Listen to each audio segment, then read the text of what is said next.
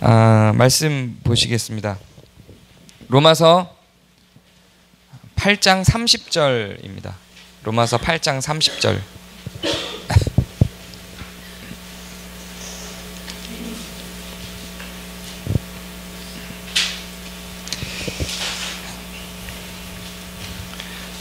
네, 함께 읽겠습니다. 시작.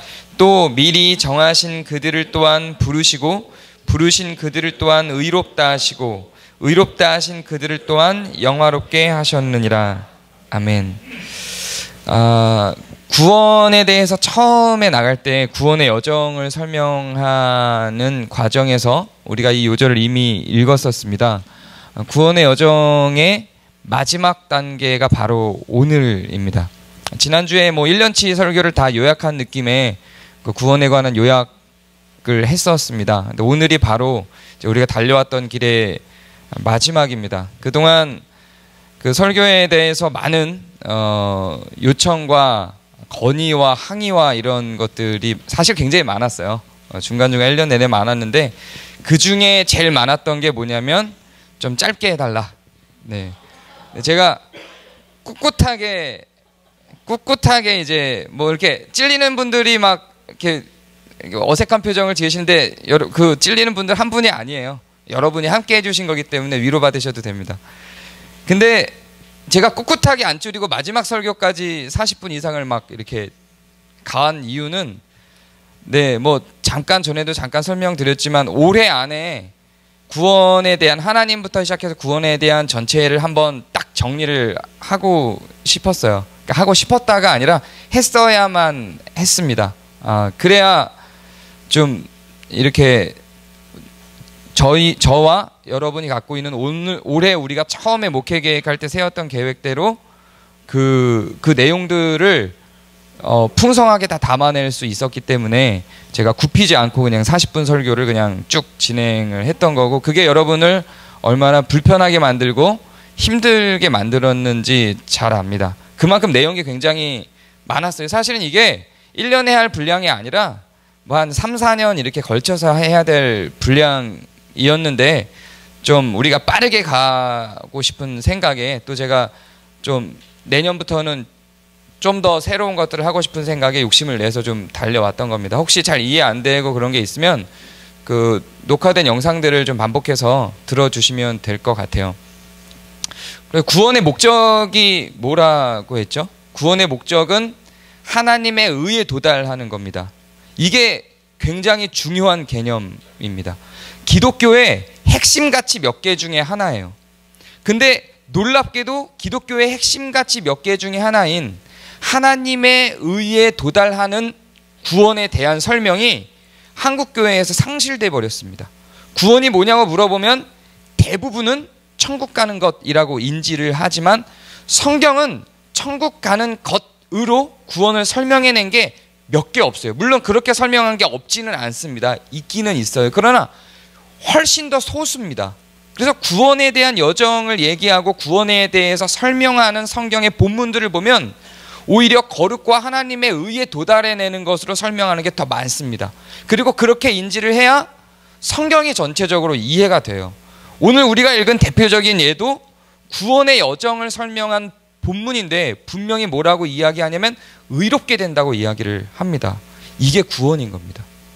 우리는 구원을 생각할 때 우리가 자꾸만 물질이나 외부적 요소 그리고 육체적인 것들 때문에 힘들다고 느끼기 때문에 그걸 극복해내는 게 구원이라고 생각합니다. 그런데 그게 그렇게 연약해지고 아파지고 고통스러워진 원인은 육체에 있지 않습니다. 결과적으로 우리가 느끼는 건 육체에 있으나 원인은 육체에 있지 않고 우리의 의의 소멸, 즉 타락에 있습니다. 그걸 기본적으로 우리가 알고 있는데 회복은 뭐를 통해서 회복이 된다고 자꾸 인식하냐면 육체를 회복함으로 구원을 얻는다고 인식하는 거예요. 원인이 타락에 있다면 타락을 회복해야 구원을 얻는 겁니다. 이해가 되시죠?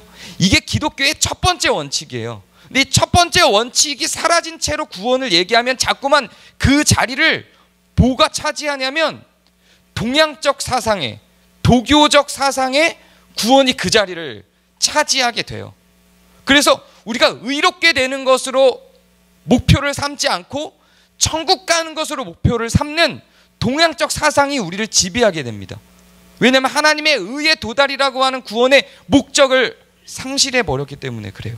이거는요, 기독교란 이름을 갖고 있고 예수님, 하나님, 성령님이란 이름을 달고 있으나 기독교가 아닌 겁니다. 출발부터가 잘못된 거고, 하나님의 의에 대해서 구원의 목적으로 언급하고 가르치지 않는 것은 기독교가 아닙니다. 그건 기독교가 아니에요. 그러면 지금 이렇게 질문하시겠죠. 실제로 이 질문을 제가 받았어요. 그러면 지금 이 팽배해 있는 한국 교회에 만연해 있는 것들은 기독교가 아닙니까? 네, 기독교가 아닙니다. 교회에서 도교를 가르치고 있는 거예요. 신과 함께라는 영화가 나왔죠. 굉장히 많이 동의 되지 않습니까? 이제 실제로 어떤 그 영상, 이렇게 기독교인들의 어떤 그런 영상을 통해서 토론하는 토론을 봤어요. 팟캐스트의 한 일부를 봤는데 그거를 보고 은혜 받아서 내 삶이 변했다 이렇게 고백하는, 물론 이제 농담처럼 얘기한 거지만 그게 실제로 그렇다니까요. 그 원리가 교회에서 선언돼요. 죄를 지으면 죄 지은 것에 대한 대가 깔끔하게 받고, 내가 죄 지은 만큼 죄 대가 딱 내가 받고 천국 가겠다. 이게 교회에서 선언이 되고 선포가 됩니다. 구원은 장소 이동적 차원이 아니라 우리의 변화입니다.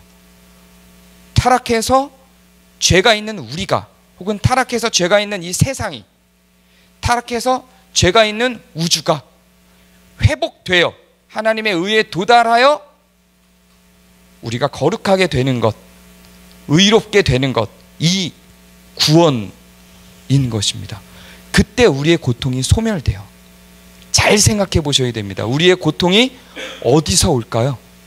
어디서 우리의 고통이 올까요? 우리의 삶의 고난이 어디서 오는지 곰곰이 생각해 보시기 바랍니다. 의의 부재에서 오는 것입니다. 좀 더 깊게 들어가면 몸이 아프고 병이 나고 이런 것도 다 창세기 전반부로 가게 되면 타락의 결과물들이야. 육체적인 것도 그러하지만 우리의 삶에 있는 고통도 다 사실은 우리의 질투와 시기와 욕심, 탐심들 가운데서 쫓아 나오는 것들입니다. 자, 그럼 우리가 이제 좀 오늘 고민해 봐야 될 문제는 뭐냐면, 좋다, 그렇게 의에 도달했다. 그러면 그게 끝인가? 네, 그걸로 끝인 게 더 건강합니다만 성경은 그걸로 끝이라고 이야기하지 않고 그 다음 단계를 이야기합니다. 그 다음 단계를 뭐라고 이야기하냐면 영화라고 이야기합니다. 오늘 우리가 읽은 본문대로 영화입니다. 성경이 여러 군데에서 영화라는 표현을 씁니다. 그런데 이 영화라는 표현이 뭔가 좀 어렵죠. 근데 원어를 봐도 그렇고 영어를 봐도 한국말만 영화 혹은 영광 이렇게 분리해서 쓰는데, 원어를 봐도 영어를 봐도 다 글로리로 되어 있습니다. 영광이라는 뜻으로 그냥 생각하시면 돼요. 근데 영화라는 말이 사실은 종교적인 언어 중에 하나입니다. 유교적 언어 중에 하나예요. 영화라는 말이. 우리는 영화라고 들으면 뭘 생각하냐면 물질적 성취와 명예의 승귀를 생각합니다. 그래서 동양적 사상의 영화는 부귀 영화를 생각하게 만듭니다. 그래서 보통 영화 그러면 부귀 영화를 떠올리죠. 그래서 영화롭게 됐다 그러면 부귀를 얻었다 이렇게 자꾸 연결을 시킵니다. 그래서 내가 의를, 지금 우리가 읽은 본문을 보면 의롭게 된 다음 단계가 영화잖아요. 의롭게 된 다음 단계가 영화인데 그 원리가 동양적 사상과 결부돼서 의롭게 되는 결과물이 돈을 얻어 부유하게 되고 명예를 얻어 승귀되는 것이라고 인지하게 됩니다. 그래서 우리나라의, 아니 동양 기독교들의 전통적으로 나타나는 결과물이 기복신앙이 되는 겁니다. 그래서 싱가포르에서 시작된 G12 뭐 이런 것들, 중국에서 넘어온 지방교회라든가 혹은 경교라든가 이런 것들, 이런 모든 역량들, 한국에서 발생한 또 독특한 기복신앙들, 이게 다 이 영화에 대한 개념이 잘못된 데서 오는 겁니다. 성경이 말하고 있는 영광, 성경이 말하고 있는 영화는 부귀 영화를 이야기하는 게 아닙니다. 거기에 돈이 들어가지 않아요. 부자가 되는 것에 있지 않습니다. 명예를 얻는 것에 있지 않습니다. 그러면 의롭게 된 자들이 갖게 되는 결과물, 그 의롭게 된 다음 단계에 오는 영화, 성경에서 말하고 있는 그 영화는 무엇인가? 이것이 요한복음 17장에 이 영화에 대해서 쭉 다 설명합니다. 이 요한복음 17장이 영화장입니다. 우리가 결국 의롭게 되어 천국에 가서 살게 되는 삶의 모습이 영화의 모습이고, 그것이 요한복음 17장에 기록되어 있습니다. 그럼 그 요한복음 17장을 잠깐 한번 보도록 하겠습니다. 주보에 있어요. 다 기록하지 못했고 중요한 부분만 기록을 해놨습니다.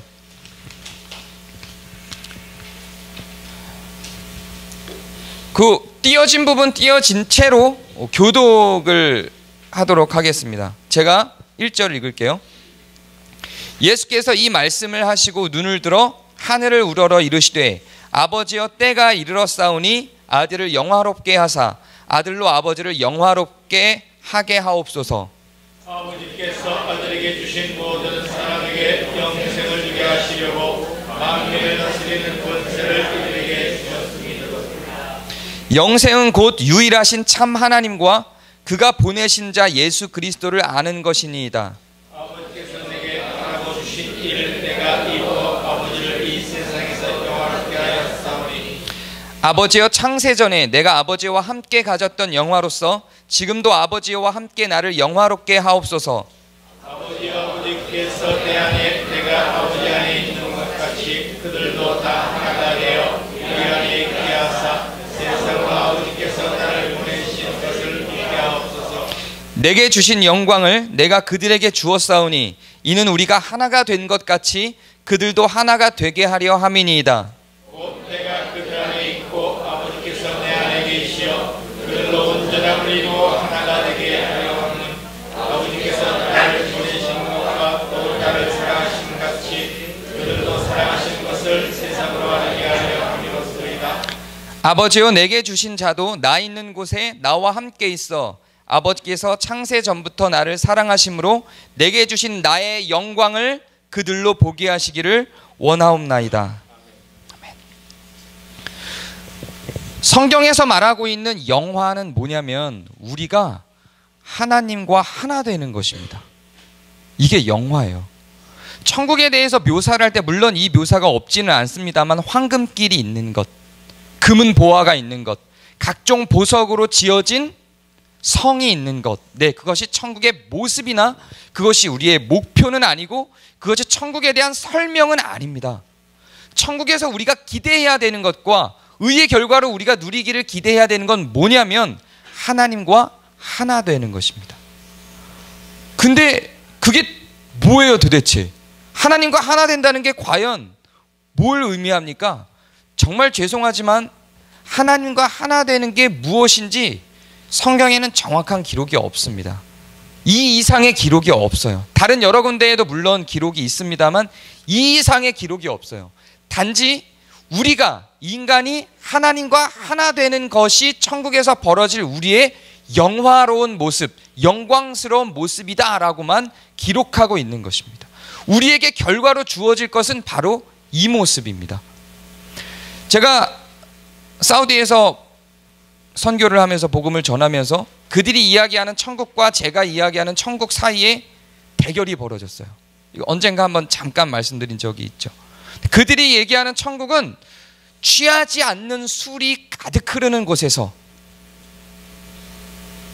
이게 굉장히 야한 표현이라서 야한 이슬람적 표현은 다 제외하고 아주 예쁜 여자들이 적게는 4명에서 많게는 72명까지 있는 그런 곳에서 그 여자들을 거느리고 사는 것이 이슬람 세계에서의 천국의 모습입니다.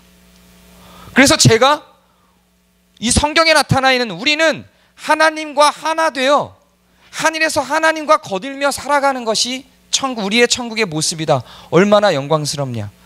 인간인 우리, 바로 사람인 우리가 하나님과 하나 되는 것이다 라고 얘기했더니 그 무슬림들이 뭐라 그러냐면 그 뭐야, 그런 데를 왜 가? 여기서도 우리가 하나님을 섬기고 하나님과 같이 동행하느라고 이렇게 고군분투하고 막 힘들게 하고 싶은 것도 못하고 매일 기도하고 살아가는데 거기 가서 또 하나님과 하나가 돼야 돼? 난 그런 천국은 안 가. 난 이슬람 천국이 좋아 라고 이야기를 하더라고요. 와닿지 않나요? 이게 도대체 뭐예요? 하나님과 하나 된다는 게 도대체 뭐예요?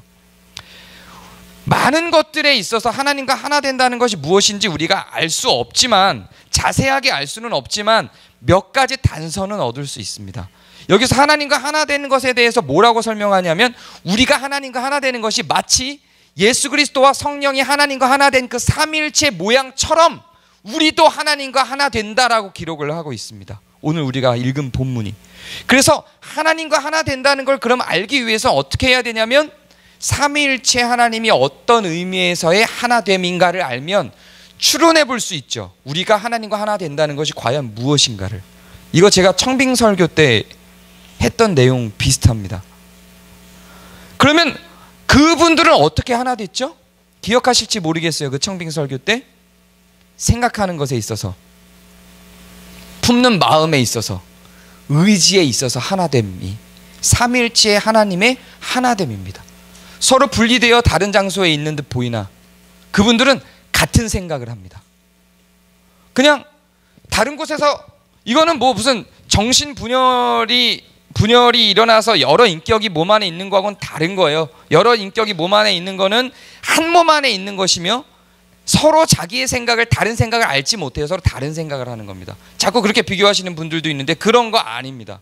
그런 거 아니고, 영화에 자주 나오는 것처럼 무슨 분신되어 있는 상태를 설명하는 분들도 있는데 그런 것도 아니에요. 뭐 햇빛 설명하는 분들, 뭐 아버지의 역할 설명하는 분들도 있는데 다 잘못돼. 그렇게 설명하면 안 됩니다. 서로 다른 존재예요. 그런데 이분들이 갖는 생각이 같아요. 내가 다른 데서 한 생각을 그대로 다 똑같이 합니다. 그리고 품는 감정이 같아요. 똑같이 사랑해요. 누가 더 사랑하고 덜 사랑하지 않습니다. 모든 문제가 다 여기서 나오잖아요. 부부간의 문제들, 자녀와의 문제들. 누군가가 더 사랑하고 누군가가 덜 사랑하는 데서 나오잖아요. 그렇지 않습니다. 똑같이 아주 큰 크기로 사랑하는 겁니다. 그리고 품는 의지가 같아요. 뭔가를 하고자 할 때 의견 충돌할 일이 없어요. 품는 의지가 같아요. 우리가 영화롭게 된다는 건 하나님과 같은 생각을 하고 같은 마음을 품고 같은 의지를 갖는다는 거예요. 놀랍도록 영화로운 거죠. 제가 이제 종교학을 공부를 했으니까요. 종교의 4단계의 종교의 등급을 구분합니다. 종교에도 하등 종교가 있고 우등 종교가 있어요. 문화 이론을 공부하시는 분들은 이거 공격하죠. 그런 게 어딨냐, 문화는 다 똑같지. 그런데 이건 뭐 종교학 이론에서는, 그러니까 문화학 이론에서도 또 문화는 또 차등이 있다라고 새롭게 또 나오고 있어요. 어쨌든 종교에는 그렇게 4개의 등급을 분류합니다. 제일 밑바닥에 있는 종교는 무감정 상태예요. 제일 밑바닥에 있는 종교에서의 신은 인간에 대해서 무감정 상태에 있습니다. 감정을 갖지 않아요. 인간의 고통, 인간의 아픔, 이런 것들을 신이 느끼지 않습니다. 그냥 거래관계로만 존재합니다. 인간이 아프기 때문에 그 신도 같이 아파서 인간을 도와주는 게 아니라 전혀 감정적 동요가 없어요. 무감정 상태예요. 서로 간에 대해서. 근데 인간이 신에게 뭔가를 해서 거기에 대한 대가로 사람에게 뭔가를 베풀어 주는 것, 이런 종교가 있죠. 샤머니즘적인 종교들이죠. 이 샤머니즘적인 종교에서는 사람에 대해서 신이 감정을 품지 않습니다. 부적을 사야 뭘 해줘요. 300만 원짜리 부적을 사면 300만 원에 해당되는 은혜를 베풉니다. 그렇죠? 이렇게 전 보러 가면 그렇죠? 장군신을 섬기는 분, 장군 찾아가면 그냥 해주지 않습니다. 상황이 딱하다고 해주지 않아요. 반드시 부적을 사고 구슬을 해서 돈을 지불해야, 대가를 지불해야 뭔가 오게 되죠. 이게 가장 밑바닥에 있는 무감정 상태의 종교예요. 그 다음 두 번째 단계가 감정이입 상태의 종교입니다. 감정은 이입이 됩니다. 인간을 사랑해요. 그러나 그렇다고 해서 인간을 위해서 뭔가를 해주지 않습니다. 모든 조건은 신적 조건에서 이루어집니다. 그리스 로마 신화에 나오는 신들이나 아랍 신화에 나오는 신들이 그렇습니다. 그리스 로마에 나오는 신들이나 아랍 신화에 나오는 신들은 인간의 감정을 같이 느끼긴 합니다. 그래서 내려와서 인간을 사랑하기도 하죠. 그러나 모든 결정과 결단은 누구에 의해서 누구에게 맞춰서? 신에게 맞춰서, 신에 의해서. 절대로 감정은 이입이 되나 인간을 위하여 뭘 하지 않습니다. 그리스 로마 신화를 보면 신 스스로를 위하여 뭔가를 합니다. 기독교를 이렇게 1단계나 2단계로 낮춰버리는 사람들이 있어요. 그래서 샤머니즘처럼 뭔가를 해야 주는 것처럼 자꾸 인식하게 만드는 가르침들이 있어요. 그렇지 않습니다. 기독교는 그렇지 않아요. 기독교는 우리가 뭔가를 해야 하나님께 헌금을 드리고 하나님께 어떤 의로운 행위를 해야 거기에 대한 대가로 주어지는 종교가 아닙니다. 샤머니즘이 아니에요. 그리고 기독교는 제가 전에 예정론할 때 잠깐 2단계에 있는 기독교로 분류한 것들을 설명했는데 실제로 성경은 이렇게 이야기하지 않습니다. 기독교는 그리스 로마 신화처럼 인간들에게 감정이입은 되나 인간의 삶에 전혀 터치하지 않고 오직 하나님의 영광만을 위하여 그냥 결정하고 끝나버리는 종교가 아니에요. 이건 두 번째 단계의 종교입니다. 세 번째 단계의 종교가 뭐냐면 동정의 종교입니다. 동정합니다. 불쌍히 여깁니다. 사람을, 신이. 그게 도교와 같은 동양 사상에서의 종교입니다. 신과 함께라는 영화 보셨죠? 그 도교 배경으로 한 영화예요. 옥황상제, 네, 염라대왕 이런 거 나오는 거요. 유교에도 같은 이름을 갖고 있습니다만 유교가 도교의 이론을 빌려온 겁니다. 원래 출발은 도교예요. 그런데 여기에 나오는 이 신들은 인간을 불쌍히 여기죠. 그래서 인간을 도와줍니다. 그러나 이건 불쌍히 여기는 거지 인간이 된 건 아니에요. 가장 고등한 종교는요, 네 번째 단계 가장 고등한 종교는 연민의 종교라고 이야기합니다. 불교와 기독교를 연민의 종교라고 합니다. 연민의 종교의 단계에 있는 종교를 종교학에서는 불교하고 기독교만으로 분류를 합니다. 이건 뭐냐면 연민하고 동정이 어떻게 다르죠? 연민은 동정은 감정을 느끼는데 내가 그 상태가 되는 게 아니라 동일한 상태가 아니에요. 나는 위에 있고 아래에 있는 사람의 감정을 내가 느끼고 그에게 나의 것을 베풀어 주는 게 동정입니다. 그렇죠? 거지에게 내 거를 베풀어 주는 게 동정이에요. 너무 불쌍해서 나의 돈 10,000원, 20,000원을 주는 게 동정입니다. 내가 거지가 되지 않아요. 연민은요, 나와 동일한 입장에 있다고 생각하여 느껴지는 게 연민입니다. 그게 연민이라는 거예요. 그래서 연민은 어떤 효과를 발생시키죠? 같이 고통스럽습니다. 단지 동정심이 아니라 같이 고통스러워요. 우리가 세월호 사건 때문에 왜 그렇게 흥분했습니까? 왜 세월호 사건 때문에 그렇게 흥분했죠? 그게 우리한테도 일어날 수 있는 일이었기 때문에 그래요. 그 전에 일어났던 비슷한 일들에 대해서는 왜 우리가 분노하고 흥분하지 않았죠? 먼 나라 이야기였어요. 우리한테 일어날 수 있는 일이 아니라 특수한 어떤 사람에게 일어날 수 있는 일들이었어요. 특수한 직업을 가진 자들에게만 일어났던 일들이었어요. 그런데 세월호는 아무에게나 일어날 수 있는 일인 거였어요. 그래서 모든 국민들에게 연민을 느끼게 했어요. 나에게도 일어날 수 있다. 그래서 우리가 어떤 말들을 계속해서 하면서 세월호 집회에 참여했어요. 우리가 세월호다. 그게 연민이에요. 기독교나 불교는 연민의 종교입니다. 그래서 석가모니가 왕자였는데 왕자의 자리를 버리고 내려왔죠. 그래서 일반 백성이 받는 모든 고통과 고난들을 다 받으면서 살아갔죠. 예수님은 하나님이시잖아요. 로고스로서 전 우주에 무소부재하실 수 있는 분인데 시간과 공간에 함몰돼 버린 채로 모든 것들을 다 버리고 인간이 돼서 내려오셨죠. 그래서 우리와 동일한 고통을 겪고, 아니 우리보다 더 심한 고통을 겪고 우리의 죄를 다 그분이 그 죄에 대한 대가를 짊어지셨죠. 그래서 우리와 동일해지셨어요. 이 연민의 종교라고 합니다. 그런데 기독교는 여기에서 끝나지 않습니다. 종교학에선 여기까지만 분류를 하는데 기독교는 여기에서 끝나지 않고 그 연민을 확인한 대상을, 사람을 타자화해서 끝내지 않고 자기로 끌어올려 영화롭게 만드는 것까지 갑니다. 이게 기독교의 독특성입니다. 어떤 종교에도 이렇게 독특하게 신과 창조물의 관계를 설정해 놓은 게 없습니다. 모든 종교는 사람을 신에 타자화시켜 놓았는데 기독교는 타자화시키지 않고 자신과 동일한 상태로 끌어올려 자신과 같이 되게 만듭니다. 이게 영화입니다. 우리는 결국 영화롭게 될 존재들입니다. 그러면 그 영화로움은 천국에서만 맛봅니까? 네, 완전한 영화는 천국에서만 맛봅니다. 하나님과 하나 된 생각, 하나님과 똑같은 생각, 똑같은 감정을 품는다는 게 어떠한 것이, 하나님과 똑같은 의지를 갖는다는 게 어떠한 것인지에 대해서는 우리는 천국 가서만 알 수 있습니다.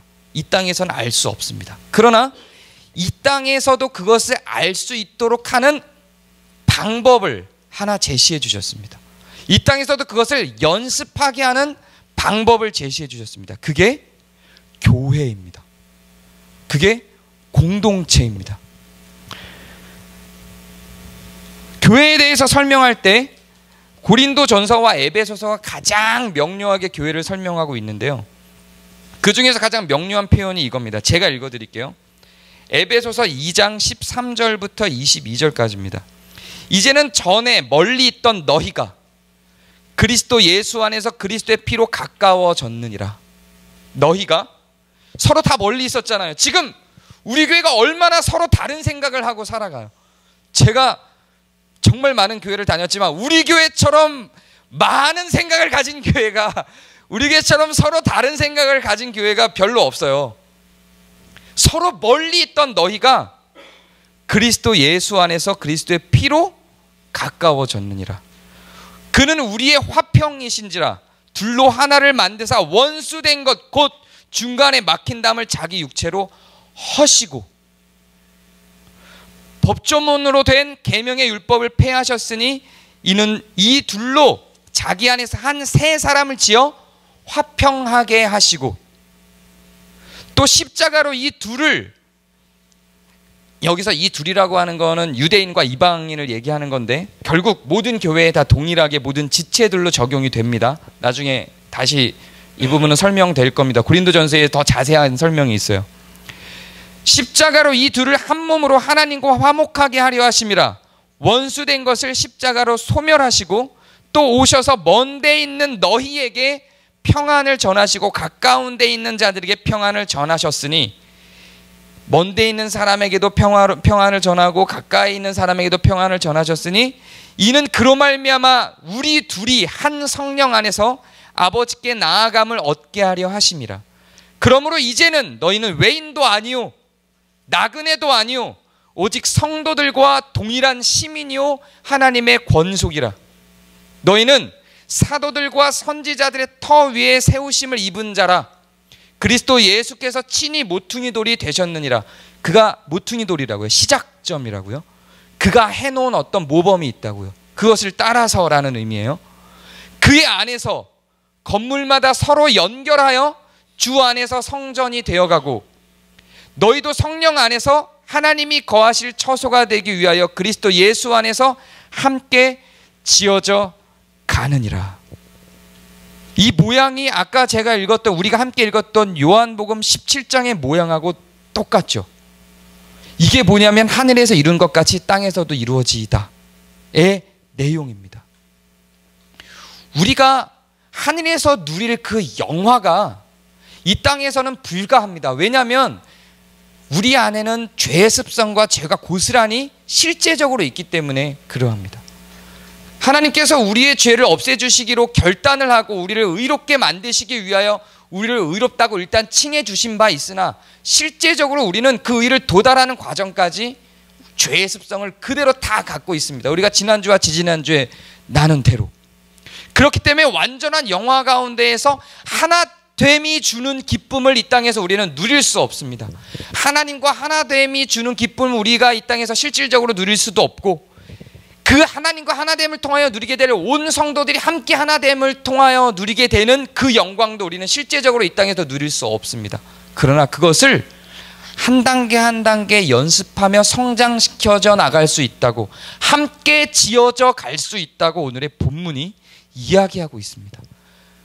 가장 큰 기쁨이 어디에 있습니까? 여러분 부부관계 속에서 여러분이 같은 생각을 하고, 그 부부가 같은 생각을 하고 같은 마음을 품고 같이 사랑하고 같은 의지를 갖고 살아가게 될 때 그것이 주는 기쁨이 얼마나 커요.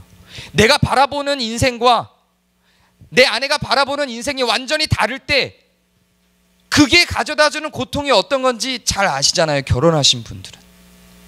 또 자녀와 어미가 같은 생각을 하고 같은 마음을 품고 같은 의지를 갖고 살아갈 때 주는 기쁨이 얼마나 큽니까?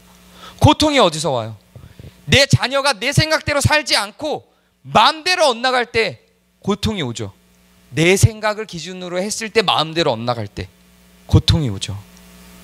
그것이 어그러져 있을 때 우리에게 고난이 와요. 근데 그게 다 일치된 삶을 살아간다고 한번 상상해 보세요. 그게 얼마나 큰 기쁨일 것인가. 그리고 주변에 행복해 보이는 사람들을 보면 뭐 때문에 행복해 보여요? 그 사람이 1000억을 갖고 있어서 행복해 보이나요? 100억을 갖고 있어서 행복해 보이나요? 그래서 행복해 보이지 않습니다. 단란해서 행복해 보이는 사람들의 대부분은 그들이 하나 되어 있기 때문에 행복해 보여요. 그렇게 가정이 하나 된 모습으로 모여져 있을 때 우리는 그걸 보고 행복해 보이죠. 그게 그 가정에서만 머물러 있지 않고 이 공동체 전체가 같은 생각을 하고 같은 마음을 품고, 즉 똑같이 사랑하고 같은 의지를 품고 뭔가를 하며 그 가운데서 기쁨을 얻을 때 그것이 주는 행복이 무엇인지를 연습하는 터가 바로 여기입니다. 그것을 통해서 흘러나간 에너지로 우리가 소속된 모든 공동체 속에서 그것들이 발현되어져 나가는 것이 성도의 삶입니다. 그것이 완전하게 완성체를 이루어서 기쁨을 누리게 하는 곳이 바로 영화된 상태에서의 천국입니다. 그래서 천국에서의 기쁨이라고 하는 것은 어떤 물질을 성취하는, 그래서 내가 갖고 싶은 것을 갖는 형태가 아니라 지금 설명하고 있는 바로 이런 형태, 영화로워진 형태, 하나님과 하나 되어 나타난 형태를 이야기합니다. 우리는 그것을 이 땅에서도 연습할 수 있습니다. 가정 가운데서 연습할 수 있어요. 부부관계 속에서, 사랑하는 연인관계 속에서 연습할 수 있습니다. 자녀와 부모 관계 속에서 연습할 수 있습니다. 그리고 이 공동체 속에서, 교회 안에서 연습할 수 있습니다. 회사는 좀 다르죠. 다른 목적을 갖고 있기 때문에 연습을 해도 잘 되지 않아요. 왜냐하면 하나된 목적을 갖고 있기 때문에. 그것도 간접적으로 가능해요. 인간이 살고 있는 모든 삶에서 그것이 가능합니다. 하나된 목적을 갖고 가서 그 하나된 목적이 함께 성취됐을 때 같은 기쁨을 누리죠. 그러나 삶의 전 영역에서 그게 누려지는 게 아니죠. 그러나 이 공간에서는 그렇게 만들어낼 수 있는 겁니다. 서로 다 다른 생각을 갖고 있으나 그것이 하나하나 맞춰져 가면서 하나의 생각으로 어우러져 갈 수 있을 때, 그렇다고 이것을 억지로 막 내 생각에 맞춰라고 가게 되면 그건 하나된 생각으로 가는 게 아니에요. 성경적인 방법이 있죠.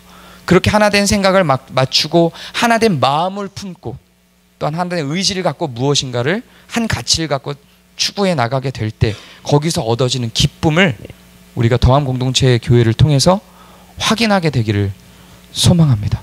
그래서 내년에는 우리가 교회에 대해서 1년 동안 함께 나눌 것입니다.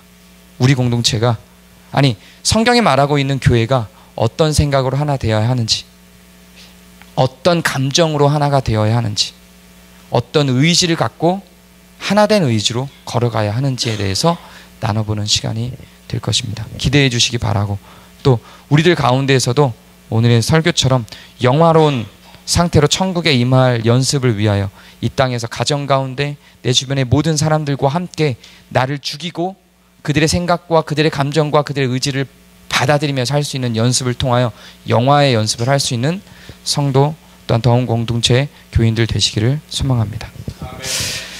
자, 기도하겠습니다.